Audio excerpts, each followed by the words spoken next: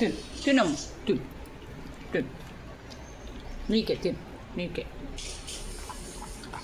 అమ్మనే అమ్మ బంగారం తిను తిను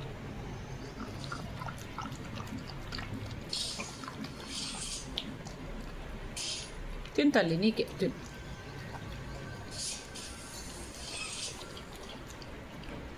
నిన్న మార్నింగ్ అన్నం కలిపి పెట్టి నేను ఊరు వెళ్ళాను. ఇవాళ మార్నింగ్ వచ్చేసరికి ఆ అన్నం అలాగే ఉంది, ఒక్క ముద్ద తినలేదు అసలు.